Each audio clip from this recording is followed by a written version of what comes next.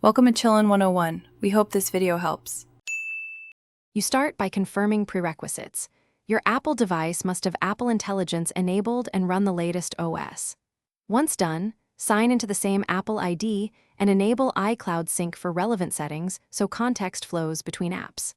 Next, set up your ChatGPT access.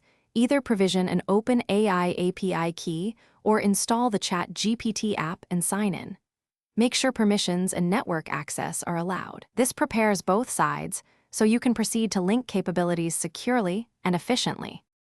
Next, connect data and permissions. Grant Siri, shortcuts, contacts, notes, and calendar access where Apple Intelligence will draw context.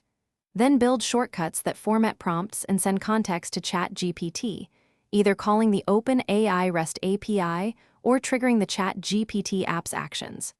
Use URL requests with JSON bodies and include system instructions to shape responses. Store API keys securely in keychain and use scoped tokens where possible. This prevents leakage and ensures. Finish by testing complete flows. Run queries that require local context and confirm ChatGPT responses reflect Apple Intelligence input. Make iterative prompt tweaks to improve relevance and add retry logic for network hiccups.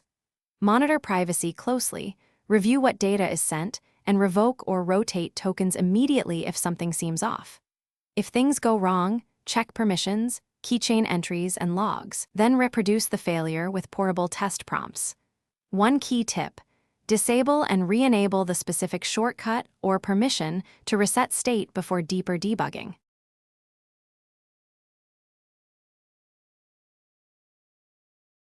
Thanks for watching. Consider subscribing if we helped you.